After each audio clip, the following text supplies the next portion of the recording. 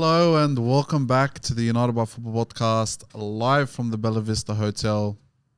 I'm Abs. And I'm Thomas, and we have a special guest for you all today. His name is... KayGee. yeah. Gentlemen, thanks for having me. Anytime, mate. Anytime. Pleasure, mate. You know what? A nice setup here at Bella Vista, huh? Yeah, bad, it's beautiful. Hey, Hey, the food's so pretty good as well. Your first time coming down, or...? No. I used to work just around the corner, so I know Bella Vista very well, especially on a Friday night. So very, very well. Know the facilities, but no, very good setup, especially from a podcast perspective. Thanks, Kev. Mate, you couldn't ask for anything better. Appreciate it. No, thanks. And I know Kev personally from a football standpoint. We touched base when we used to coach against each other, Kev. Yeah, and I think I've refed a few games as well. Again, yeah, when you've coached. Brilliant ref, guys. You get him in the Prem, trust me. Oh, yeah. It's not that hard with how the Prem refs are these days. So, yeah, I think I might get the call up. No, but Kev, it's an honour to have you as our first inaugural guest. Mm-hmm. Kev, do you want to give us a bit of a backstory on how you sort of found the beautiful game and how you sort of rocked up into your football journey? Yeah, first of all, pleasure to be the first guest on the show. So... you always got to start somewhere, and I'm very happy with, I think just content creators, doing collaborations and things like that. So thanks for having me on. A little bit about me. Been in football since forever. Almost 40 years of age now. I've played the game, coached the game, ref the game. Holy Trinity, mate. Yeah, and you can add one more. So I founded my own football club, now... into its 11th year, Sporting Crazy. Rovers out at Southern Districts, pretty much where we've started to cross paths. Correct. So doing administration in the game and just trying to make sure that we've got the next level of the next generation of footballers, getting them ready, making sure it's, I think we spoke about it a little bit earlier, quality over quantity. Absolutely. Type thing. And it's really important that, especially building on the momentum of football in Australia, to continue to bring that next level in. And you know what, sometimes it's serious and sometimes it's for fun. Yeah. Yep. So, we can't lose sight of, just enjoying the game. 100%. Not everyone's going to be a Socceroo, but, love to develop one day and look at the TV and go, that's my player. He started here, and I think that's where sort of my legacy to the game. Right. If all the volunteer hours and all the time spent, that's going to be the ultimate reward. 100%. Yeah. As a kid as well, you play the game, but I think even when I was a kid, I'm still young, but even when I was a kid, you get that sort of gut feeling that you want to give back to the game, and I can safely say, founding a club like yourself. Tell me, is there any greater joy than sort of giving back in that aspect? Look, it's very rare. It's very rare. There's plenty of opportunities to give back, whether it's volunteering, coaching, or even playing, or just participating or helping a club, right? But I think there's no better feeling than knowing that you're leaving something behind. 100%. Especially after you finish playing the game. Yeah. So you've played the game, you've seen what it's all about in the country, and it's different to when I played. Yep.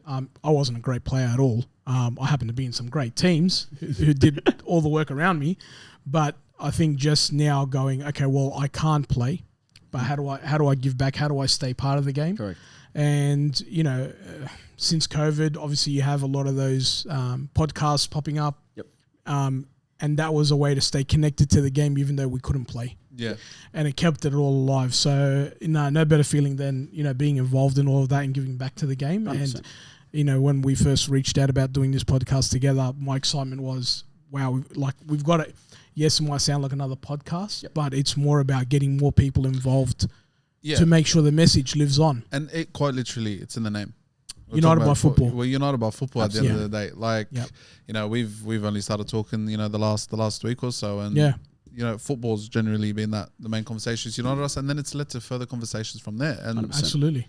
And look, and at the end of the day, what you've done in football, what you've done within the Wanderers and within the football society in Australia, it's nothing short of honestly amazing, and it's great. You got to have amazing people around you as well. So, just a shout out to a couple of the boys. So RBTV, obviously, I spent a fair bit of time with them. But my time on the podcast started with a friend of mine, Borche, on the Football Capital, and we continue to do some great stuff. And that's why I talk about collaboration, because 100%. You can't sort of do it on your own. Never. And podcasting was just that I guess it was the one missing piece, right? It's like the coaching, the playing, the refereeing, create a club. Oh, what are you going to do now? Talk about it. So, but thanks again for having me on and really looking forward to the conversation today. Absolutely. Well, let's kick it off with our Premier League roundup. No better way to start it than your lovely club. Yeah. Do I press the button now? No. Well, It's coming. So let's put it this way. It was a 2-2 United versus Spurs. United took the lead twice. Tottenham clawed it back. They had 64% of the ball, 16 shots on goal, 6 on target, and scoring 2 well-taken goals. Richarlison had the corner. I think he caught the opposition sleeping a bit there. They were, as most teams do. Bentancur with another well-taken shot. Timo Werner with a good assist there. I must say, myself, with the 2 United goals, very fortunate. Yeah. With the ball landed.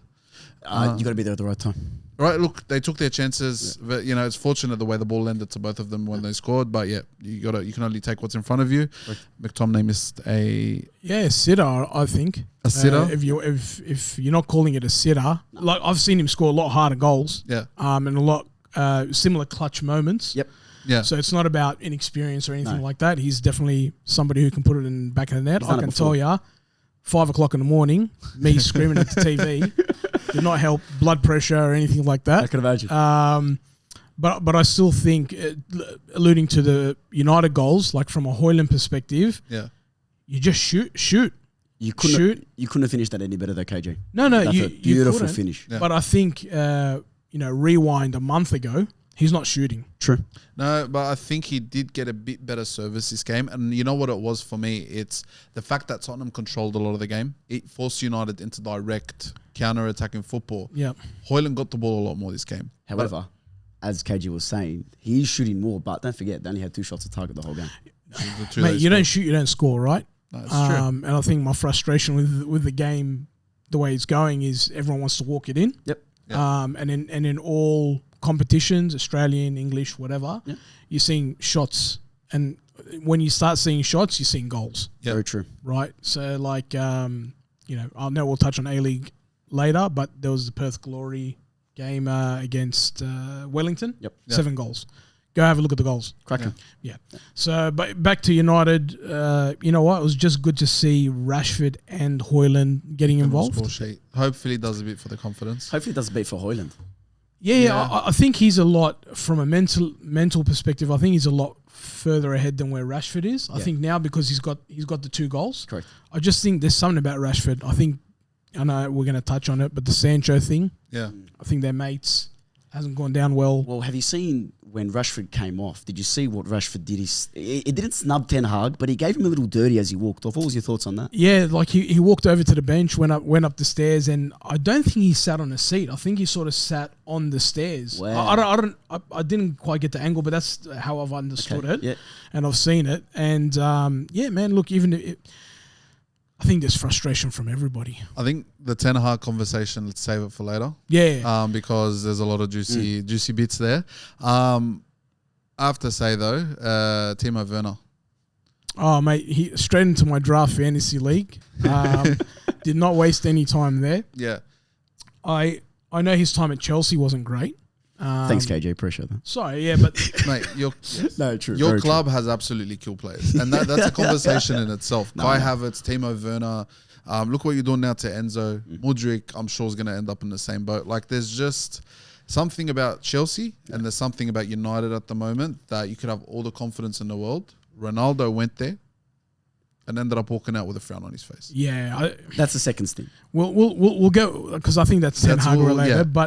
But I think from a Timo Werner, he played well. Yeah. He played well, and the best thing, because I'm thinking of it from a fantasy Premier League perspective, but signs like 3 days earlier, and he starts. So if you're good enough, go play. Correct. And he wasn't playing at Leipzig. No, he wasn't. No, right? I think he started, and when he first signed there, he was starting. Scored quite a few goals, but I think he dipped off, and then that's the reason why they let him out on loan. Yeah. But bravo, Ange Postecoglou. Yeah, absolutely. Yeah. Right, that's the point there. He goes, I've just brought this guy in. I've only got him for 6 months. Yep. Smart move because Son's over in Asian Cup. okay, bring him in for 6 months. If it works out, great. And if it doesn't, but I've got a caliber of player. It's also, for me, he suits the style. He's a chaotic player. He's not going to score the goals in the world at the end of the day, but he's going to cause chaos. He's going to cause problems. For example, your best prime example, the Champions League final for Chelsea. Yeah. Took Diaz for a run and allowed Havertz to run right through. You're 100% correct. Yeah. You never know where you're going to get with Timo. No. You never know. Sometimes it's bad, sometimes it's good. But as you were saying, KG, about Ange, they had a hole. Yeah. Son's gone. Brendan Johnson is sort of in and out. Yeah. Kulusevski's on the right. You had absolutely no one on the left. No. Signs him, gets an assist on debut. What does that do for him, though? Absolutely. Timo, Tottenham's calling. Yeah. I'm not playing at Leipzig. Yeah. Tottenham's calling. Yeah. I know what Ange is doing over there. Well, maybe he did, maybe he didn't. But Tottenham's calling. The English Premier League is calling. Again. New lease on life. Done. Yeah. First game, gets involved, gets an assist. Mate, happy days. And I'm not going to say he's going to go on and do it. No. But good start. Look, and it helps that he's got players like Richarlison who's on form this season. He's not, 1 goal in 36 games like he was last year. Underrated.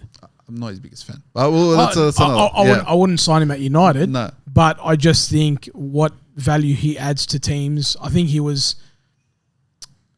You could see what he would be worth to Everton now. Yeah. Right? Yeah. Look, they got 60 mil. I'm pretty sure back when they signed. Doesn't mean shit now because they got deducted but they're gonna get deducted another 10 points apparently as well. Yeah, them and Forest. Where's City's deduction? We'll talk about that. That's another conversation for another episode. But yeah, just to sum up that game, Romero, I don't think. Well, he played a big part in that first goal being conceded. Man, he was literally just shadowing Højlund. He didn't stick a foot out. Didn't shove his body there. He just went, okay, wherever Højlund's going, I'm going to go. And it affected Udogie for me. I think his performance wasn't. I'd say it's one of his worst ones in that Spurs shirt. No, I'll do one better. Me and KG put him in our left back starting position for the. So did I. Yeah. Okay, sorry, us three. However, worst performance at Tottenham shirt. Yeah. What do you put it down to? Because I think he was facing Garnacho, right? Garnacho, like Timo. I think he's a bit more polished than Timo, but he's chaotic. And I love him. Yeah. Garnacho, absolutely. He's just that energy, right? Yep. He's not a finished product. He's not a United savior or whatever. But man, I love it when he plays. As I said a couple of weeks ago, he's got that dog in him. Mate, he's just got that, I don't know what it... Don't you call him Starboy, mate? United Starboy, United savior. Look, I don't think he's going to be a savior. He's not going to. I don't think he's going to live that legacy of like when Ronnie came or even what Nani did and stuff like that. But I think he's going to be a solid English Premier League player. I think, but I don't see him lasting very long. Better than Rashford? I don't think his legacy is going to be like Rashford. Okay. Because Rashford came out firing. From the academy. Homeboy. He's, I think Garnacho sort of lived that life coming through as a Ronaldo fanboy. Yeah. Because he is a Ronaldo fanboy. Yep. And he's like, oh, United, I'm playing on the wing, and they've already got a chant for him, and it's all that I'm doing everything that Ronnie did. Yep. Got to play with Ronnie, celebrated with Ronnie, hit the Sue. No, I think he asked for permission to hit the other. This one. Yeah, Yes, that's right. Something like that. He's like, yep, cool. No, he's got the permission. So, yeah, I think I just don't think he's going to be a Rashford. Okay. But he'll definitely be better than Martial. Oh, that's I think I'm better than Martial at the moment. Hey, KG, mate, I saw you at Summer Soccer. You are better than Martial. You are better than Martial. Rewind the years, mate. Take it back. Summer Soccer. Look, jeez. Overall, few words to sum up that game. I think it was chaotic in a sense. I think with the whole back and forth, the United's inability to hold a lead, but it also sums up Tottenham. Under Ange Postecoglou. It's sort of contradicts what I'm about to say. You know what you're going to get with Tottenham, but you don't at the same time. They're going to attack. They're going to give guns blazing, but you never know how the end product's going to go. That sums up Timo Werner, mate. Perfect sign. No, but I think a full strength Tottenham destroys United. Fair play. Yeah. Right? Yeah. They were very under strength. Yeah. In my opinion. Van de Ven, he came off the bench. Mate, and like Son's not playing. True. Madison's out. Yep. Madison was doing in the first couple of months, I can't remember when he got injured exactly, but mate, that Tottenham against, there's no way it stays tall. They're missing their best two players, and I think it again sums up United's performances this season. You bring on Anthony. Yeah. What? For what? Literally for what? What's he going to do? Put me on. Yeah. I'll spin on the spot for you if you want. Just hold the ball. Hey, listen, I've got a standing still object behind me. It's called a fidget spinner. That would be the exact same thing that Anthony would do. Yeah. Look, the only difference is your fidget spinner's free. He gets paid God knows how much a week to do the exact same job. That's, yeah. We'll talk about that later. It's just a frustrating signing. Yeah. Talk about frustrating signings. I was about to say the exact same thing.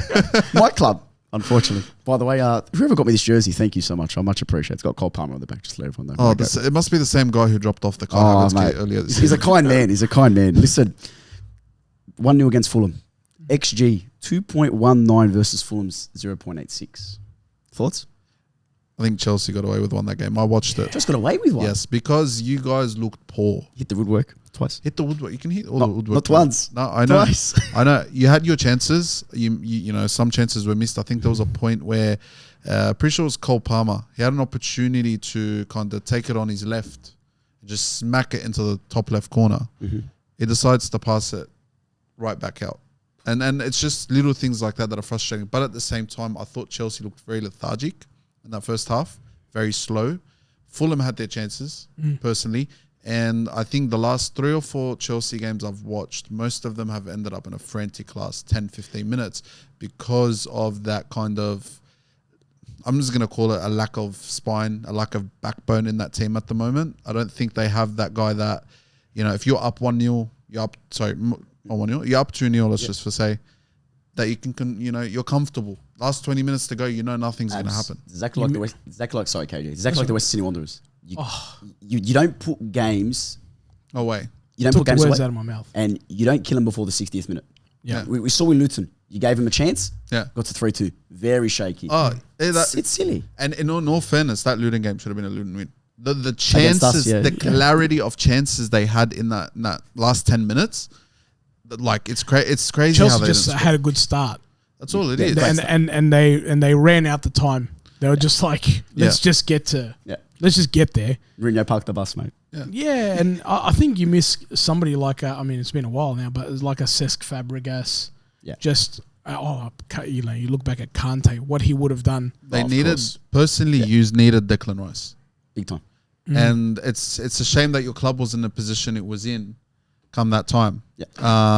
Because you could have gone for him. But you know, he's not going to go to a club that's not playing any European football. But we signed a World Cup winner that's played 6 games, 120 million. Anyway, we'll move on from that. I think they did get away with one. I think. Yeah. Personally, it's a similar problem because you mentioned Wanderers. Yeah. You look at the XG, and then you look at the score line, and you're like, that was not a good performance. Yeah. But right. KG, it doesn't make sense. You look at that XG and you think, are we unlucky? Is the keeper having a blind? People don't shoot. No, that is true because Fulham were able to get at them a lot of that game. And, you know, like I said, it just goes back to show that Chelsea at the moment just don't have that ability. I just don't know. They don't. It's a clear finishing ability. Like, Nkunku's good, but at the same time, I find Nkunku very, like, I don't want to call him a fancy player. He's a luxury player. He's a luxury player. Cole Palmer's a luxury player. He's not. Yes, he's a luxury player. No. You have... Why does he work with Noni? Do you want me to answer that literally? Answer my question. Cole Palmer's the spine of the team. Cole Palmer right now is able to work with the type of players you've got. Your Sterling, whether it's Sterling or Noni around him, he's got movement around him. He's able to put himself in positions because these players move. If your team falls out of form daily, Sterling isn't running the same way we saw against Fulham ourselves. When players stop running, when you know when Saka, Martinelli, and Jesus aren't necessarily or Nketiah moving up front, when Declan Rice is moving up too high, Ben White's not tracking back. Odegaard doesn't look like the same Odegaard. He's doing the same things, but his performance looks poor because of the players around him. Right now, Cole Palmer has taken advantage of the fact that there's at least players moving. I think he elevates that though. Very true. Because put somebody else in his place, you might not get the same execution. 100%. Of course you will. Is he the spine? I don't know. I probably haven't watched enough Chelsea games to make that determination. But I just look at Chelsea and go, you won on a penalty, right? Even then, like it was a penalty. It's a little bit soft. It's his 5th of the season as well. He leads the Premier League in most awarded penalties ever. 26. Sterling. Yeah. So they told him that after the game, I don't know how you'd react whether they call you a diver or not. But I just look at, I like Cole Palmer. Yeah. Like I do. I probably haven't seen enough of him to like have that. Yeah. How important he is to Chelsea. See, KG, I'll be honest, he's everything good about Chelsea right now. There is nothing. He's probably like the Garnacho. He's that shining. Yeah, I would say so, but I think at least in United, you've got, okay, you're not going to like it, but McTominay. You're not going to like it, but you got Fernandes. That there's this established players that can do it. With us, we have a 21-year-old and a 22-year-old in the heart of midfield. There is nothing else shining light besides Cole. I think that your team, Chelsea, have more individual brilliance. Like, there's more players in that team capable of pulling something out of nothing than United. Do you reckon? I disagree. I disagrry. Yeah. I disagree. Aside from Rashford, possibly Garnacho. No, Garnacho. Yeah. Højlund's not going to do anything without service. Eriksen, Casemiro. But I'm talking Bruno up front. No, listen. Yeah. Like Rashford. Finishing, yes. Yes. But I think we've got it. A fit United should do a better job than a fit Chelsea. Abs. I'll be honest. That's what I think. From a Chelsea fan, Garnacho, KG, button please for me. Shits, absolutely shits. Shits on Noni, shits on Sterling, shits on Mudryk. So Yes. That's three of our starting wingers. Garnacho beats. I'm going to ask you a question. If you're a coach, you've just been offered 2 contracts. Forget the whole situation at United. Forget the whole situation at Chelsea. You got these 2 squads. Who are you taking? Are you making changes to the squads? Or you take them as is? You've just passed the January window. All right? You've been offered a contract. So you can't sign anyone. They haven't signed anyone. These are the squads right now. Who are you coaching? KG. I'm still taking United. I'm still taking United because there's experienced players there, but I'm playing the game differently. Yeah. Right? I'm playing the game a lot differently to what Ten Hag is doing. It's a tough one because there's certain players where I think, so for example, you mentioned McTominay, I would have kept Fred because Fred was a dog for me. I would have kept He both. ran. I would have kept both. I think both. You can't play them together. No. Well, that's why you play one. Not McFred. You can't do McFred because that was... Sorry. We finally got a United fan on here. Yeah. Who on earth moved him to CDM? McTominay. I think there was so much defensive football being played that it was sort of natural that it was going to happen that way. Who gave him his debut? Was it Mourinho? So under Mourinho, McTominay got player of the season. He did. But I think it was the manager's player of the season. Manager's player. The players voted for De Gea. Okay. But I think in his breakout season, I'm sure, I'll look back. Yeah. And there was, because I watched the awards night. Yep. And I remember Mourinho giving it to McTominay. Wow. I'm not saying he's not a great player, but if I had a choice between Casemiro, Eriksen, even Kobe Mainu right now, mate, go sit on the bench. Any day of the week. I just think that Chelsea's team I can mold. I can turn them into, and when I say there's individual brilliance in that team, there is more potential with that Chelsea team. And I think I could turn that Chelsea team around a lot quicker than the United team. Yeah, but mate, you got a high school class in that whole thing. That's how old they are. Listen to me. As a coach, KG, you can speak for her as well. As a coach, you always need that one person, your captain, your vice captain, to lead. Yeah. Chelsea have no one above the age of 37. But we've got the wrong captain. Correct, but you've got more potential captains than we do. Thiago Silva, Reece James plays once every 3 months. Ben Chilwell's played once every 2 months. He's not doing much better. Yeah. And then you can give it to Levi Colwill. Okay, he might know the Chelsea change room inside and out. Yeah. The brother can't lead. All right, let me point another thing out to you. Good luck dealing with all the egos in that team. You're United. At United. Don't, mate, I'll sort them out. I'll sort you guys out, I promise. I'll sort you. Give me 1 week. Just give him one shahita. Yeah, mate. Don't worry. I even know what that means. We're ready. Yeah, I would still pick United. I think there's a lot of class in that squad where you could get results. You'd have to. I'm not saying a title challenge or whatever, but you'd get a lot better results. I actually like Chelsea's squad. I do. Me too. Because it's youth. Yeah. I understand the concept, what they're trying to do, and I like it. Whether or not they're the right players, no, I don't know. I don't know. I'll be honest, no. Now, just simply no. We're going to leave that one there. Mm-hmm. I'll just have to ask one more question before we move on to the next game. Yep. You're picking the front three for Chelsea for the rest of the season. Who's the front three? Because there's a lot of players. I'll go first. Where are you playing Palmer? Is Palmer in the 10? Just so I know. You tell me where you want. No, you can pick him. Okay, I'll bring front four. So I'm playing a 10, a left, a right, and a striker. Jackson, you can go back to Senegal, brother, no problem. Nkuku plays up top. Palmer in the 10. Noni Madueke on the right. Left, Mudryk. I'm almost exactly the same, but I'm putting Sterling on the right. Me too. Ahead of Madueke? Yeah. You need some sort of experience. Listen, I'll be honest, KG. Sorry, the only reason why I picked Madueke is because of his laugh, and I laugh exactly like him. That's why I picked him. Sorry, KG. As you I was just saying, like, you need some sort of experience and proven Premier Liverpool player. Man City. Yeah. Winner. He knows what success looks like. To be honest, I thought it was really weird that he went to Chelsea. Me too. Out of all teams that he could have went to.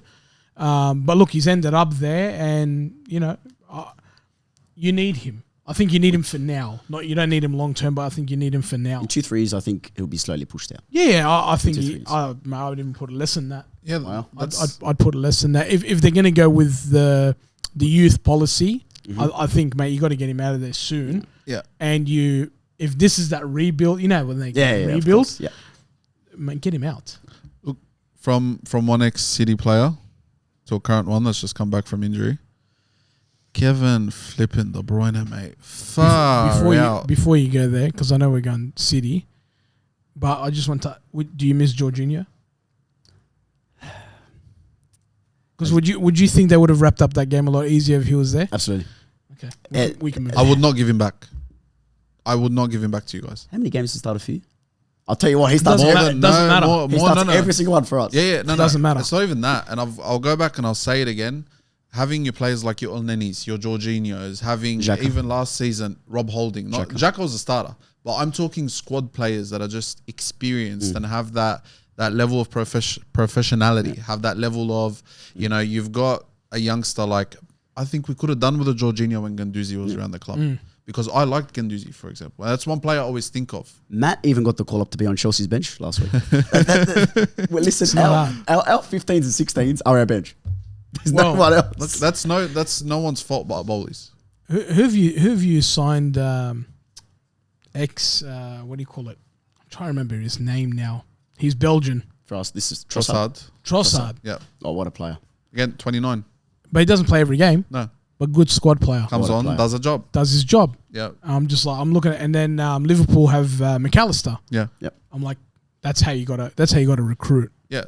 See, I think they're developing leaders while they've got them. Like at the moment, I can see which one of our younger players, like your Gabriel Magalhaes, he's becoming a leader at the back. He is our leader at the back. Declan Rice is still young. He's a natural born leader.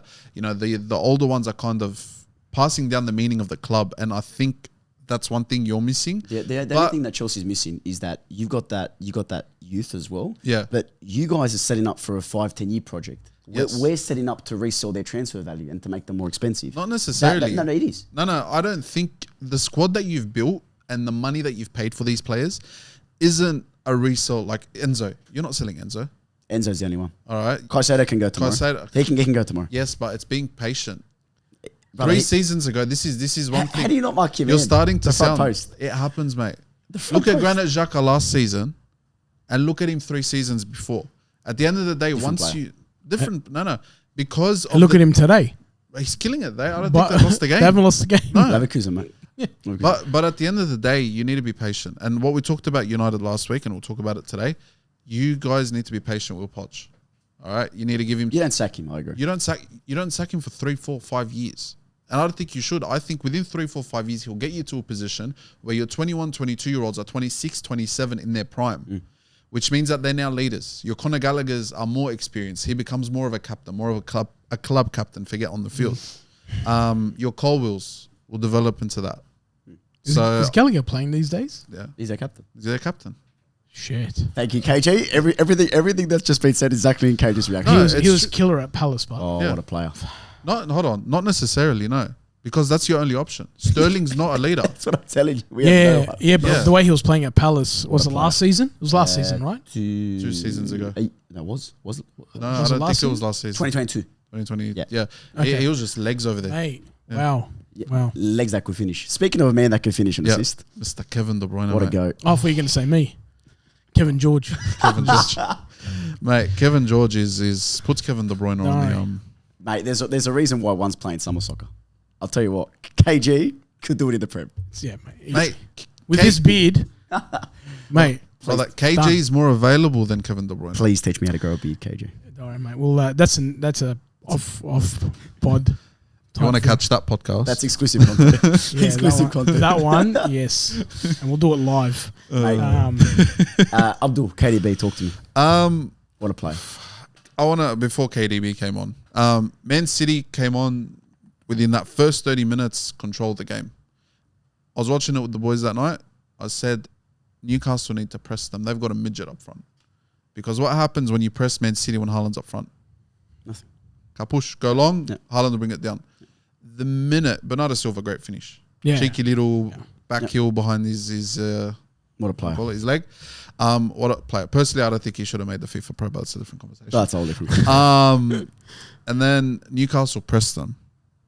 Alexander Isak, that finish. To be able to get past Walker and right before you take that second touch to Diaz, take that finish shot, hit it past the keeper. And then Anthony Gordon's one for me was more impressive. Thank you. That's a better one for me. The keeper wasn't getting to it whether he took chance. a second earlier or not. Like the way it got around and it cleared him. 100%. Cleared him. What a finish. But I have to say, class. Kevin freaking. I'm scared, mate. I'm scared. It's done. I'm frightened, man. It's done, boys. It's done. It's done. He's caught it. What's today's date? 16th? 17th. 17th. I've called it. It's done. Done. There you go. It's done. We'll come back to this. KG, an even more impressive claim. How many points do you reckon by? Outright, or do you reckon close? No, Outright? Outright. Wow. Liverpool comes second. Yeah, Liverpool comes second. I agree. Yeah. Liverpool comes second. What, you think I think you guys are done. No. You're done. No. Third, fourth. You're done. Let me put something forward to you. Put whatever you want. Different podcast. Again, if you want to watch that podcast. Different podcast. We're just doing spin-offs now. Mate, KG inspired, mate. I don't think we're necessarily done. I don't think we've got going yet. You're not going to catch City. No. Look. Hey, listen. I'm sure we'll have him on again this season. When his team's in 11th and my team's in first. Try 17th. We'll be fighting. When you're fighting relegation. We're just behind you, I'll be honest. We're not too far away. It'll be a battle on the last day. Who survives? 16th, 17th. Looking at Nottingham Forest going, hey, brother. What's going to happen? Can you give us some points? But to be honest, Arsenal, just call it. We'll leave it for another Undertaker, come.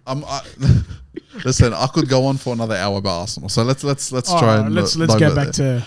Mate, Ortega came on for Edison, who looks. Honestly, that looked bad. Yeah. Again, it was his own player that done it. Mate, it's a bad backup option. But have you heard of a baptism of fire? Yeah. That is what Ortega felt when he came on. Oh, yeah.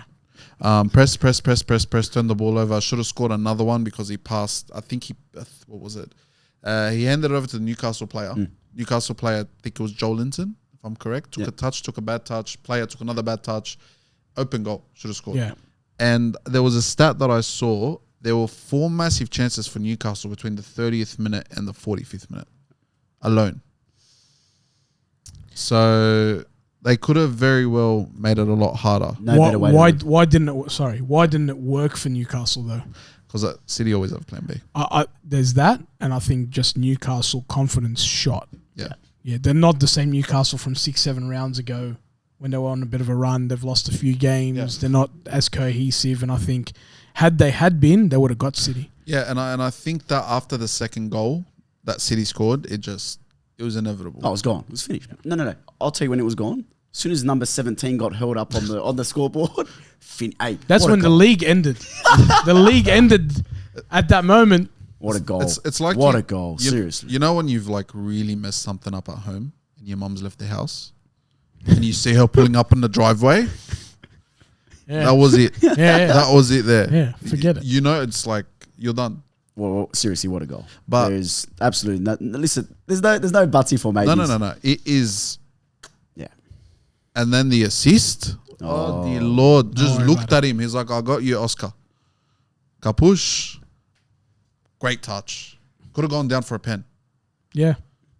Took it past the keeper, scored it, and I'm just like, fuck. What's his name? Bob? Is it Bob? Oscar Bob. Yeah. Bob, yeah, Bob. Good old Bob. I thought it was. The composure from a 19, 20-year-old, however young he is, in the, 80th minute? Yeah.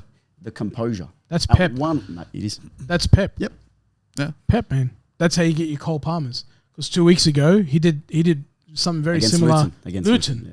Mate, how the hell do you score that goal? Mate. Is it surprising that that's what Pep does to players? That's Pep for you, but But at the same time, keeping him is going to be another issue. He addressed that as well. Yeah, and he did. I saw that. He said. What did he say? What did he say? He pretty much said, look, similar to Cole, like he understands why Cole Palmer left because they spent a couple of years doing their, I don't know what you want to call it, like development or something? Yeah, your development or your apprenticeship type thing. Yeah. And then he pretty much said the hardest part will be trying to keep him because they're going to want regular minutes. Yeah. Right? And I don't just, I think he was alluding to, I don't just give minutes for the sake of giving minutes, but Absolutely. Look what he's been able to do. He's ready. Yeah. And that's fairness, that's development that Pep's put in. But then does he get the same opportunity when you've got a stacked bench once Haaland comes back, KDB's a regular? Do they make the bench? Do you know what I mean? Yeah. Yeah, no, it's true. Tough. And look, we had a discussion point, and I think we've covered it pretty much with that. What does a fit KDB and Haaland do for City? Could very well win them the league. He said it in a sentence. It's done. 17th, he's called it. Ended. Call the Undertaker. Cut it. End the podcast. It's done. This is us in game week 38. Manchester City I've predicted it. have made it 4 in a row. Speaking of game week 38, Luton or Burnley, who goes down? Both. Mate, I'll tell you what. Are they playing each other? Burnley. No. The result. No. So I thought you want the return leg. No, that would be a cracker. Oh, forget the top of the league. Yeah, mate, switch it off. City's already got it. So Go watch. Arsenal's finished in third. So yeah, go watch Luton Burnley. Yeah, and you can watch Bournemouth United for the other relegation battle. I told you 17th. Mate, United could do with Kaminsky. What a keeper. Yeah. Seriously, what a keeper. Mate, we could. You saw me at Summer Soccer. We could do it with me as well. But that game, geez, man. Listen, there's 1,000 other stats we could talk about. We'll make it quick. Penalty. Goal stood or goal ruled out? Ruled out. Thank 1 trillion%. The only angle that I saw that a couple of mates were talking offside, if you look at it, the Burnley player sort of pushes Adebayor into the keeper, into Trafford. Yeah. That's the only angle that I saw. Besides that, I agree with KG. Here's my take on it, and I think I know why they gave it. Go watch it back. There's a bit of Oscar Award-winning acting in there. Yes, but and protected species. Yes. Thank you very much. Yes, I agree. Thank you very much. 2006, Australia versus Japan. Oh, my God. Schwarzer goes down. It's not that far from. There's probably a little bit more happening in that area of the box in this game. But, mate, we all put yourself in their shoes. Is that a goal? No chance, mate. I'd be throwing punches. Yeah. Mate, you saw Company. I've only seen Company explode once, and that's in the Anderlecht post room where you saw. Guys, I have a first team. I remember it. Yeah. This is the first time you see it. I've never ever seen the guy lose it on the bench. Yeah. That was the first. He went, and you know what? But that's points. It's not just him losing 2 points, it's them gaining a point. 2 points. And they are next to each other. That's the point. It's them getting a point. Whereas you take away 3, they get nothing. It's when they say it's a 6-point turnaround in rugby league, like you score down one end and whatever, or it's similar thing. It's like, okay, you've taken 2 points away from me, but you've also given them a point. Mate, speaking of points, Hyundai A-League. Oh, sorry, what's it called? Izuzu. Izuzu, yeah. Mate, 7 points between 2nd and 7th. Kev, tightest league in a while? Yeah, in a while, because you don't have that dominance from a particular team. Cities, FC. Like not normally, it's it's normally your Sydney FC or your Melbourne City. You don't have that dominance. No one goes there scared anymore. Yeah, it's like going to Old Trafford. Yeah, take the points. We don't want it. We don't want it. But I think that's what makes the league fun. Yep. From a neutral looking at every game. Correct. Yeah. You're like, oh man, anything can happen today. Yep. I sort of alluded on Perth versus Wellington. That was a cracker of a game because 7 goals. Yeah. Then you had the Brisbane Newcastle game, full of it. And then you're looking at the games that really matter to those 2nd through 7th positions, and you're like, man, these are some tight games. Like last week, the Mariners versus the Wanderers. It's a crucial game for one team. Crucial, like as in Wanderers win that game. Wanderers win that game. I think they could have gone first. Mate, Yeah. missed opportunity for the Wanderers. Yeah. I was so pissed off after that game. We saw your interview, mate. Mate, Saw it live. so angry because that's you have to win those games if you want to be a title contender. Yeah. Right? If you want to be a champion. Yeah. I'm sick of this us just trying to make the finals. Nah. And that's how every fan should feel in a league like this. 100%. Even your Perth Glories and your Western Uniteds, every game's winnable. It's this open for the first time in a while. Yeah. You've got to take the chance. What more do you want as a professional player? Yeah. Than to have an opportunity to win a minor premiership because it's Australian football. Yeah. But then have a chance to go straight into a grand final if you win your the week off, right? What more do you want? Like if I'm looking at it because it's Australian football, I'm like, mate, I'm finishing first, 100%, and everyone else can go get stuffed. Huh? But you've got to be ruthless, and that's you look at the Central Coast game, we weren't ruthless. Yep. Again, somebody shoots and scores, so you get top goal. That's beautiful goal. Oh, no, beautiful. It was Wanderers didn't learn from the week before because No. they copped one against MacArthur. Yep. Long and Holman. then and then we come up against City, who scored 2 bangers in their game against Western United, and I thought this thing's gonna end up 14-0. Yep. Yeah. And $200 later on the Sportsbet app, and we win. I don't know how that happened. XG of 2.01 to City 0.71. They had 4 big chances. Yeah. I must say, but like, did they think they were like Prime Mourinho or something? Let's score 1 goal and sit back and invite the whole, like, it was just constant wave after wave after wave. KG, it's the Wanderers throughout the whole season. That's who we are. We score 1. Yeah. We're not. We don't put teams away. No. We touched on it earlier a little bit. We don't put teams away. But what I will say is I don't mind the style we play. The counter as well. The counter they played was really good, and that's where the goal came from at the end of the day. But at the same time, I don't think they've got that spine. We don't have the killer instinct. Or the cojones, as some would say, to be able to kind of hold that 1 or 2-0 lead. Similar to United, we go back to compare the two. Yep. You're not comfortable watching the game, even against MacArthur, when it was close, but it wasn't. You know who saved us in this game? Yeah. I'll tell you, there's one, Marcelo. Oh, yeah. Yeah. Captain's performance. Yeah. Yes. Captain's because performance. he looked at, what's his name, Tolgate Arslan. Yeah. Oh, Arslan, yeah. He said, brother, not today. Today, it's not happening. Shut down. He just do what you want. 100%. Give it to McLaren. I've got him. And how good's Bonatique looking? No, he's young. He's young and his experience. It surprised me how young. 20, 21? Yeah, he's young. He's young. He's I think just like even on scholarship contract maybe. Wow. Yeah. Maybe because I know he wasn't first team football, but that's what you get, and you can lock up. Mind you, I don't like 1-0. I don't even like 2-0 because I think we're going to touch on it. But that penalty shout, 93rd minute, handball. Do I think it was a worthy handball? No. If I'm a Wanderers fan, I'm losing 1-0, I'm calling that, right? If I'm losing 1-0, I'm calling that. However, based on the way the game went, I didn't think City deserved an equaliser. Yes, look, I think that even though they did hold the ball, they didn't do much with it. Nah. And when it came to just a point on Hendricks, for me, Hendricks not being there anymore means they play deeper than because you've lost the one player in midfield that can look up and find the ball and kind of press the other team with his attack. Mate, ping a yard 40 diag like Trent Alexander does. Pretty much. And plays the ball in between the lines really well. Yeah. Breaks the lines well. Yeah. Yeah. You see him, he gets the ball, he's looking up, looking forward. And then we've touched on it. There's 2 or 3 players in the team that can do that. Badalado again, I thought he had a brilliant. Amazing. And he broke that defensive line to find Dylan. He got an beautiful assist. goal. Yeah. Beautiful goal. Yeah, I think Dylan should have had 2 minimum. Antonsen should have had 2. Well, he got one ruled off. Was it? He got one. Yeah, before we actually got the goal that we got. Yes. He got one ruled off. The one where it was a handball by Clisby, Yep. then it almost went over the sideline. It was a schmozzle. The whole thing was a schmozzle. But to your point with Hendricks, that was in my post-match with RBTV. Mm-hmm. Yeah. That's where I said we lost the game against Central Coast. The Yeah. moment he went off. 40th minute. 40th minute, I said, Abdul, I got your ticket, we're off.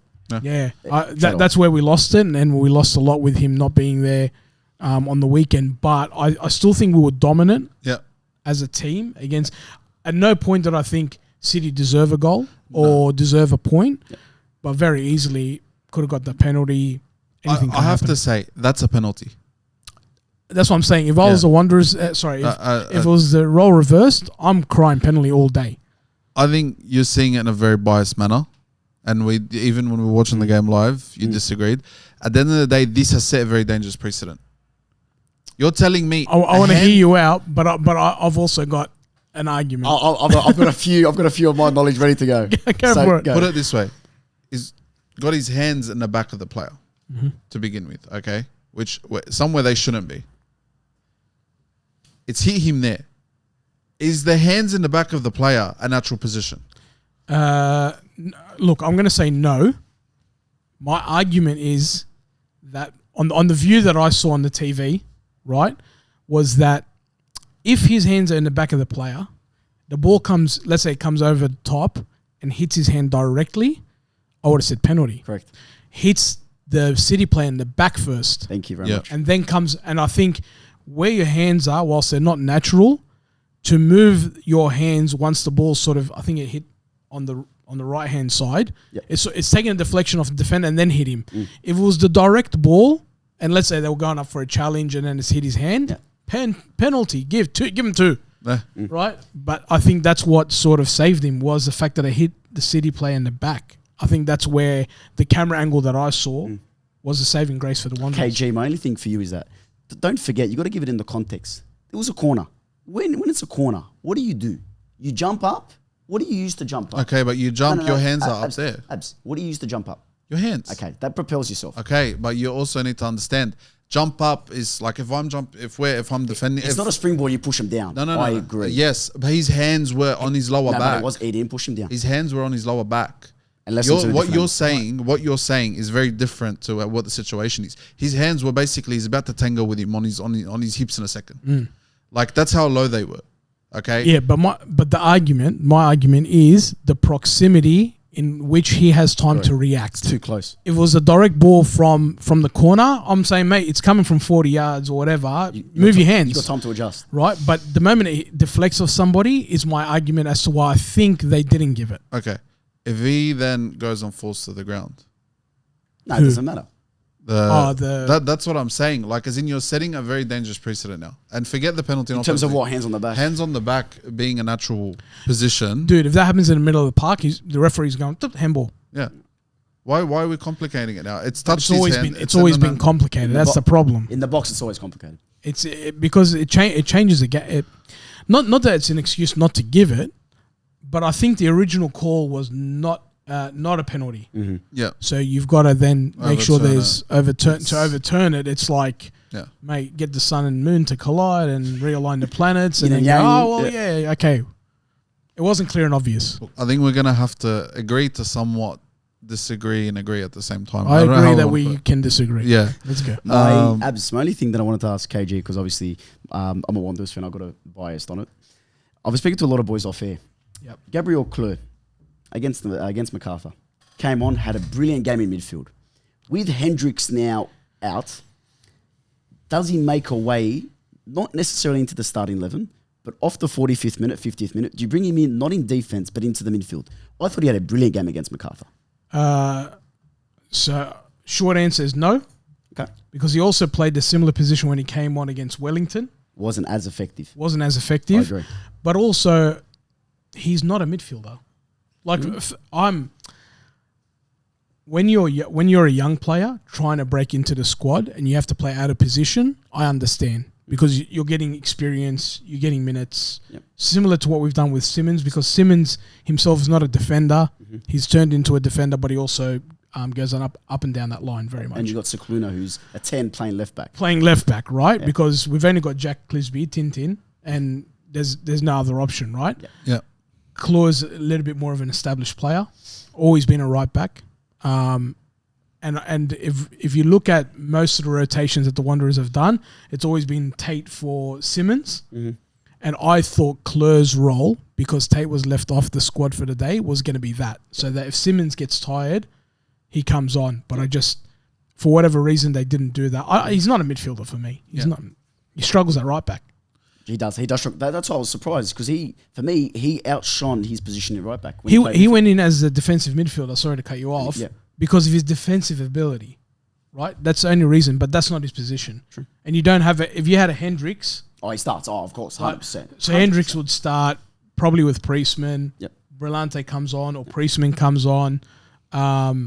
Then, you could even play Ninko there if you really had. If you really had to. But what we did was end up playing Ninko at striker, and then just shove as many boys at the back as possible. Yeah. But then I hate that mentality. Yeah. It's kind of you know something's coming. Yeah. Can you prevent it? Yeah. You're gonna see out the clock. And for me, with Hendricks being out, someone's got to step up. Marcelo did it. But I mean into that midfield role. I think if someone's gonna want to grasp it with two hands. We got no one there. That's what I'm saying. We have no one there that can do it. Someone will have to, whether it's a younger player that's coming through, or whether it's a senior player that's kind of like, okay, this is where I need to step in and step up. Someone needs to do it. I don't know where they're gonna find it. It's Brillante. Yeah. But he's not capable of doing the same job as Hendricks. Can he do it though? That's the thing. He's going to do a different job. The one thing I'll give Rudin credit for is I like the way, and a lot of the boys are going to disagree with me. RBTV?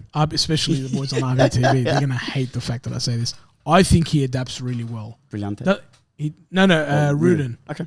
Yeah. He sees something that nobody else sees. Mm-hmm. I know he doesn't get it right all the time, but you can't win every game. He's human. Because what I was trying to say in the post-match, the day we lost to Central Coast, is Brillante, everyone was putting it on him after the game. Yeah. Because he had a shocker. We were as well. Yeah. Right? He had a shocker. Rightly enough. Rightly so, I think. Rightly so. But he's not the same player as Hendricks. You can't expect the same outcome. True. Which was my point. My point afterwards was we should have won that game to be a championship side. The reason we're not a championship side is because we don't have the caliber of players to get it done. Not to say that. So now that we know, I don't even know how long Jorrit's out for, but if he's out for a while, Rudin will come up with a plan. And it worked against City. I said this, and I told Tom this after the Mariners game. I said that their performance didn't change too differently from against MacArthur. You just came up against a much better team. It was the exact same style of performance. Did you see their back four? Yeah. Central Coast back four? It was not normal. Mate. Brian Kautek, mate. Farrell. I get scared just saying his name. I swear. You're shitting and Rick's just thinking about him, mate. Yeah. Kautek. Yeah. Whoa. No, it's just. So, KG, me and Abs have had this discussion off air. Rudin's 3 extension till 2026. Best thing we've ever done. Credit. Well done. Best thing we've ever done as a club. Yep. And today we re-signed Barella for 3 years. 3 years. Again. So it brings stability to the squad. Yeah. Jeez, man. Did we need it? Of course. Bloody hell. Yeah. Like, I think you lock up Rudin, so you know who the gaffer is now. Yep. Yeah. You can still be going tomorrow. Of course. But you know who the gaffer is. You know how we're going to play. Yep. Then you go to Barella and go, Barella. Yeah. Let's go. Let's put pen to paper. Yep. Straight away. We've looked after you, even though he doesn't really owe us anything, but we've looked after him injury-wise. Now you go and you knock on Jorrit's door. Yeah. Knock on Marcelo's door and get Marcelo, give us one more. Do you reckon he has the legs for one more? I think he has one more if Bonatic continues his development, because Bonatic will get better. Mm-hmm. So Marcelo will have less to do and he'll play the leadership role. Is Ninko done? He's done. Ninko's done. He's done. I think he still plays a valuable part in terms of being around the squad. Yeah, absolutely. But in terms of playing wise, you think he's done? He's done. Well, look, if you ask him to go around one more year, of course, it's 20 minutes max. Yeah. A game. Yeah. Because he doesn't have, I don't think he'll have the legs to be creative and last 90 minutes. You saw the class against MacArthur when he came on. You saw the class. Look, he's a classy player. No. Do I think, if it was any other opposition, do I think he does the same thing? I don't think so. Okay. Like, Central Coast? No. Right? No. Don't get me wrong. One of the best A-League players to grace us in this country. Yep. I've got no dispute around that with Ninko, and we should have had him for 5 or 6 years, like Sydney FC. You never know what our fortunes would have looked like. Yep. But at the same time, I'm more like, hey, let's move on to the next person. But look at Battleado. Yep. Right. I'm so excited with the mix of players that we've got. Yes. Right. We've got the oldies, and we sort of had a brief conversation, but the young and the old working together. Yeah. Man, It's a good squad. It's a great squad, but what you need to do, you secure the gaffer. Most important. Go and lock up your Jorit and Marcel. If you can get both, great. If you can only get one, You keep Hendricks. For me. you got to keep Hendricks. Hendricks is a... Right. Look, I think at the end of the day, like, I agree with you. The right thing has definitely been done. Resigning him for 3 years. And for me, it's stability and sustainability. That's two things about a club that need to... And if you're, locking up your stars early on now, ensuring them that, okay, the gaffer's playing you now, he's here for 3 more years, you're going to feel, there's no need for me to leave. I'm getting my minutes. I'm happy where I am. I'm doing what I can do. And you move on from there. For me, we could talk about the Wanderers all day. KG, before we move on... Yeah, I was going to say... Go. Before we move on to the Asian Cup, thoughts on your night round overall? Success, not success, would you do it again? If so, what city? If I did it again, you got to go to Melbourne. Yeah. I just think, this is sort of like a bias, and I don't want to shit on Sydney, right? Because I live here. But imagine Melbourne. Sport capital of Australia. But this is how you got to set it up. There's your distance derby. I think that remains the same. Yep. Wellington, Perth. Yep. Cool. Keep it the same. You might set up a Central Coast versus Newcastle, right? But then you got to set up Brisbane, Adelaide. Then just lick your lips. Big Blue. Yeah. Right? Or it's a Melbourne derby and a Sydney derby. Yeah. And then you leave your Western United versus your other Auckland. Sydney, MacArthur, whatever. Oh yeah, MacArthur. The 3 of them will rock up.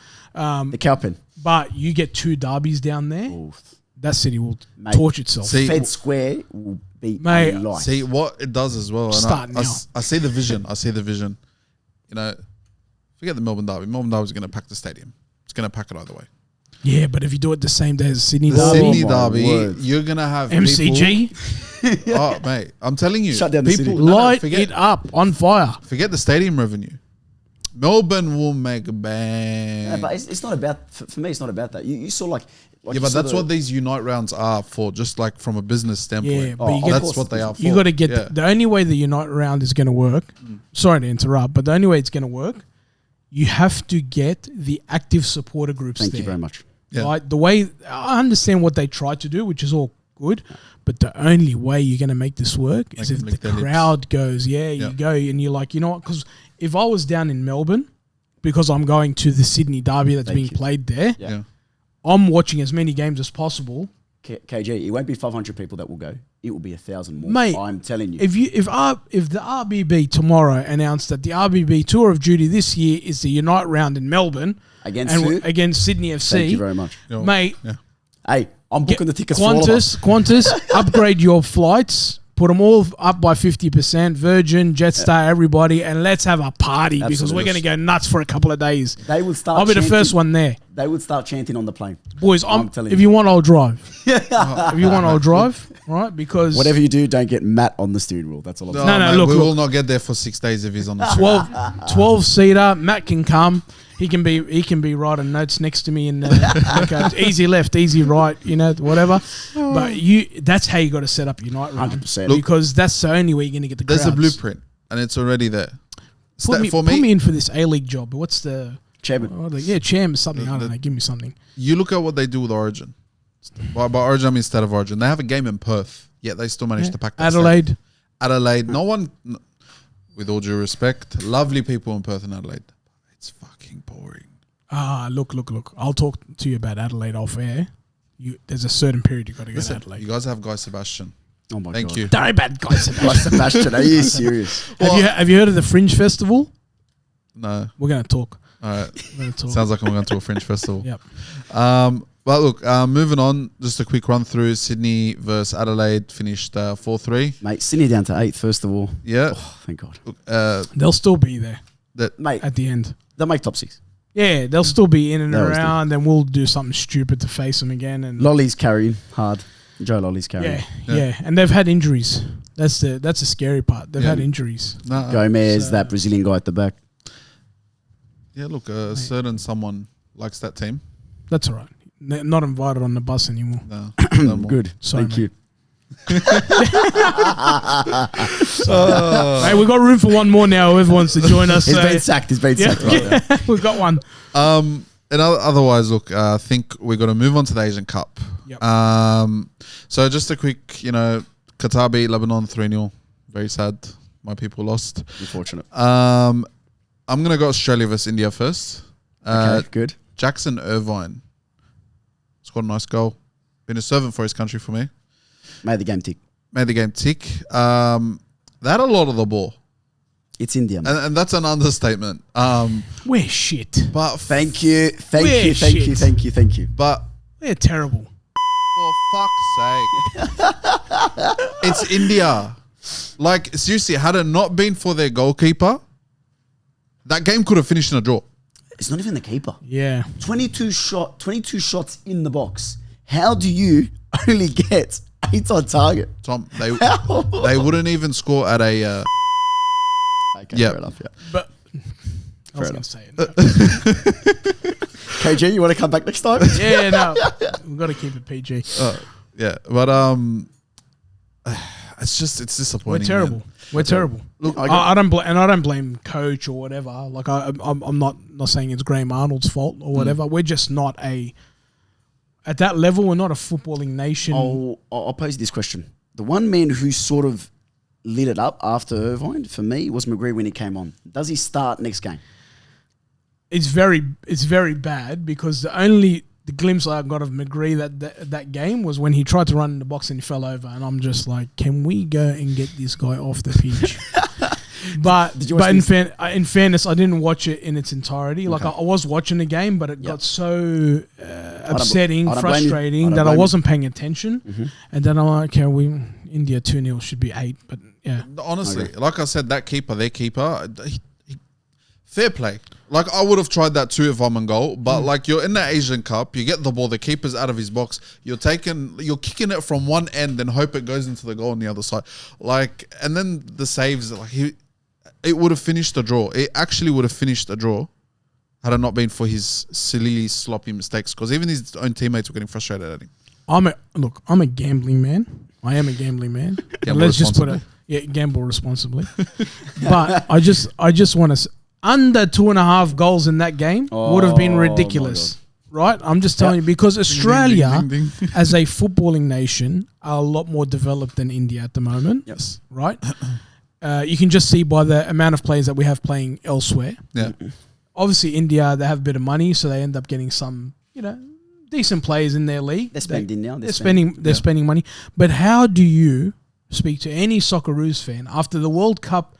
We had highest finish, equal highest finish, right? Even then, we should have went on with it. Oh, of course. But how do you speak to any Socceroos fan and go, today it's going to end up 2-0? You don't. You just don't. 2-0 in 12 minutes, yes, not 2-0 90th minute. It's ridiculous. And I thought you were going to say Australia's a gambling nation.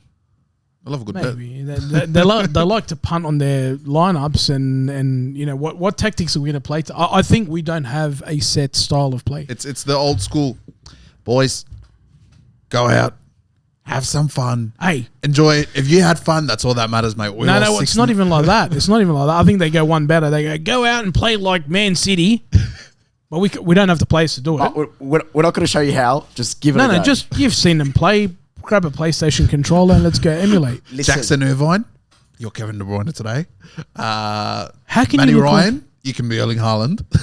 How can you not look like you have a clue? I don't know, man. Against India, I've lost hope. Look, it doesn't matter whether it's India or not, and I know we're gonna speak at some point around like a dark horse. I've been trying to hold myself, but there's certain teams when you can go out there and win 3-1. I don't care if you concede, but when you can go out there and win 3-1 and 4-2, what does it tell you? You can score goals. Goals, I know defense wins games, but goals actually wins games. Well, funny you say that, KG. For me, I don't care what anyone says on this podcast. I don't mind. Japan is a top 10 football nation in the world. Don't you dare cut me off. I'm going to say why. In the last 2 World Cups, Japan, round of 16, quarterfinal. Let me speak. Topped the group with Spain and Germany. 2 previous World Cup winners. Scary thing in that game, Ueda, Ricky Doan, Kubo, Maeda, all on the bench. Minamino looked like he was absolute second coming of, we're not going to use the word starting with M, we'll use Ronaldo. Maradona. Okay, fair enough. For me, they're definitely a top 10 team in the world. I don't care what anyone says in this podcast. I have to disagree. I'm Serious? sorry. Like, one thing people need Look to at get the way out. they No. play. Honestly, one thing people need to get out of their brain, whatever it is, being an underdog or being They're not an underdog anymore. You come up against Japan, you know what you're going to face. Don't forget in a friendly, Yes. in 2023, Yes. they beat Germany. 4-2. Because there is no expectation on Japan. They are like I said, there's a difference between being the chaser and being chased. Yes, there is a big difference. Yeah. Japan can go out and play free-flowing football and it looks nice because it's different. It's hipster football. No, the same way. But that's how you got to play in the Asian Cup. Not at the World Cup. At the Asian Cup, yes. They're the France of the Asian Cup, basically. Yeah. They're the big dog. Here they're being chased. You'll see they're not going to win this one, but yeah, you reckon? You will see the true not colors. a dark horse, man. This is pressure. When you go against Germany, you go against Spain, you go against France as Japan. There's no pressure. Go out, play your best. If you win, you win. If you don't win, you've gotten as far as you have. Pretty much. There's no expectation. But in this tournament, there's an expectation. There's a big expectation because they are the big dog, because they've gotten as far as you said. It's a lot harder to be able to let's just say keep that standard in the Asian Cup as the number 1 team there than it is to just go against better teams, your Belgiums, your Spains, your Germanys, and play your heart out. Japan are ranked top 20 in the world. Okay, they are. There is no warranted. Absolute warranted. Fair play. I think still they're hard done by. Fair play. Who are if it was your top 10, who are you leaving out to fit Japan in? Croatia and Italy. Hold on. Absolutely. No way, Italy. Are you serious? Get this guy off the show. Are you serious? Italy. Do you want to be my new co-host? Mate, yeah. Hello and welcome back to the UBF. He's got the looks. He's got the looks, okay? Yeah. But I'll tell you what. Mate, they put the HD camera on me. Italy, and I'll even say Croatia. Bro. Japan. Italy? Come on, brother. You're actually mad, bro. Italiano, they're going to kill you. Oh my Listen, God. I've got all Italian mates. Bro, there's one behind the camera. Don't look at Italy. Hold on. With all due respect to Japan, look at Italy's team. You cannot... Matoma. Players understand. Talking about results and the actual footballing style, you can't beat Japan. Because one's constantly... Look at the level... Japan shit on them. Look at the level of opponents they're constantly playing, even international friendlies. England, Get out of here, man. France. England, France, Spain, Come on, Germany. Spain. These guys are playing freaking Kazakhstan in over here. Okay, yeah. One second. I was going to... What? One second. 2018. Knocked out by Sweden in the World Cup. Sorry, you didn't even make the World Cup. 2022 World Cup. Knocked out by North Macedonia. So it goes to your points on Kazakhstan. Yeah, that's fine. North Macedonia, not far off that. Yeah. So I don't understand why, at least I'll compromise top 15. Japan is a top 10. Dude, put Italy in Asia, they're winning the Asian Cup. They're not losing a KG. game. I don't understand. Abs, KG, we're facing facts here. The fact is Italy is a better side than Japan. No. Hold on. This is also very recency bias. This is a lot of recency. Yes. Since 20... Because, nah. Tom, every nation has their kind of glimpses of glorious championships and then goes down. Germany 2014, they almost didn't make the next World Cup. They got knocked out in the group stage. France barely made it through. Italy, missed. They won the Euros. Brother, they made the final. World Cup final. Barely made it through. No. Oh, there it is. Oh, KG. We're going to have to leave it. They're out. Italy's out. Japan, I thought it was a Japan jersey. Sorry, France at one point, I'm pretty sure, during this last World Cup, I know they made the final, but there was a question during the group stage where they almost didn't make it through. No. I think they had to win their last game. I'm pretty sure. They beat Japan. Hold on. You can search that up. Listen, we're going to search it up. While you search that up, for me, there is absolutely no reason that Japan... Listen, I would argue both KG and Abs, please go and watch 4 or 5 of Japan's games. Because they play beautiful football. They play beautiful. But it's just hype. It's just hype. That's Japan. That's it, my brother. That's Japan. My brother. That's Japan badge. Show them the other side. No, I can't. You can't. As a Wanderers fan, I cannot turn Oh, it good man. Yeah, I forgot about that. Because as soon as I picked it up, I almost threw it back down. But yeah, guys, that's Chiesa. Yeah. This one, Gianluca Pagliuca. Yeah, this one.